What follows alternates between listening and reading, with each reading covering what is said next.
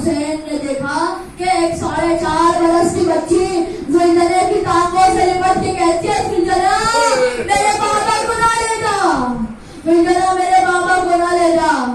صبح سے لوگ بھی گئے وہ واپس نہیں آیا، بس میرا مولا حسین گھوڑے سے اترا، بی بی سکینہ کو گود میں لیا، کہتے ہیں سکینہ ابھی تو ودا لے کے آیا تھا۔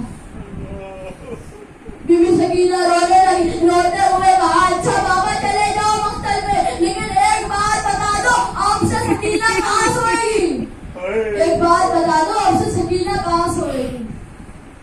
مولا حسین نے کہا سکینہ تم ماں کی گود میں سو جانا۔ بی بی سکینہ نے کہا پر ماں تو علی اصغر سوتا ہے، کہا علی اصغر میرے سینے پہ سوئے گا، علی اصغر میرے سینے پہ سوئے گا، تم ماں کے پہلو میں سو جانا۔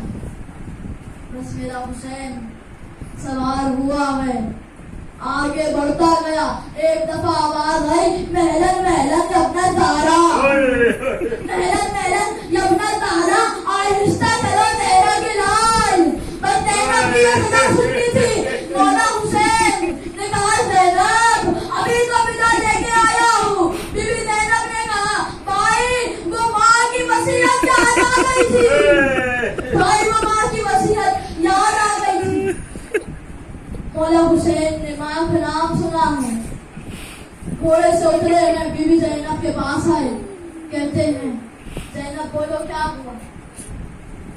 بی بی زینب نے کہا بھائی وہ ماں نے وصیت کی تھی جب تیرا بھائی جا رہا ہو مقتل میں آخری ودا لے کے تو بھائی کے گردن کو بوسے دے دینا، بھائی کی گردن پہ بوسے دے دینا۔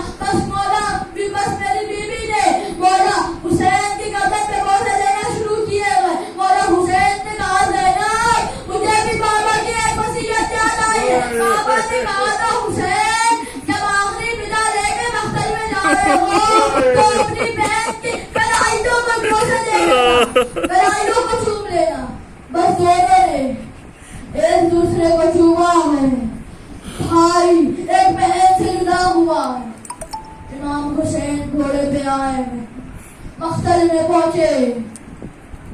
ابھی آپ نے شجاعت سنی ہے نا مولا حسین کی کہ کس طرح لڑے ہیں۔ بس جب لڑ چکے ملک مکرم آ گیا، کہا بس حسین بس تو کامیاب ہوا۔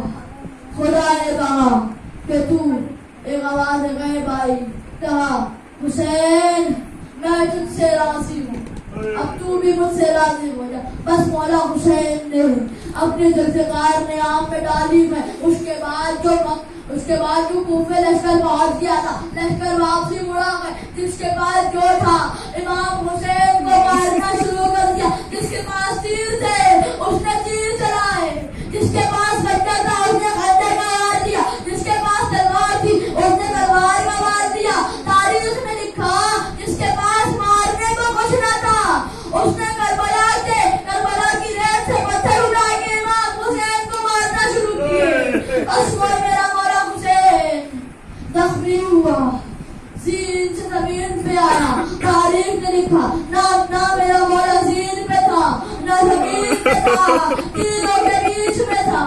بس شمر رحیم امام حسین کے سینے پہ سوار ہوا، سارے انبیاء آ گئے۔ کربلا کا یہ عالم تھا کہ ساتوں آسمان کے ملائکہ چپ کر امام حسین کا سر کٹتا ہوا دیکھ رہے تھے۔ سارے نبی موجود تھے، سارے جنات موجود تھے۔ بس کچھ دیر بعد 4 نور آئے، مولا حسین کے دائیں بائیں آ کر بیٹھ گئے۔ 13 ضربتیں ماری ہے نا شمر رحیم نے امام حسین کے گلے پر۔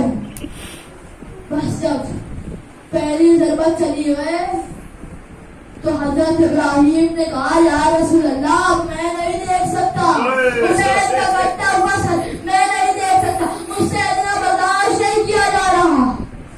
دوسری ضربت چلی، حضرت نوح نے منہ موڑ لیا۔ جب 5ویں ضربت پہ آئے نا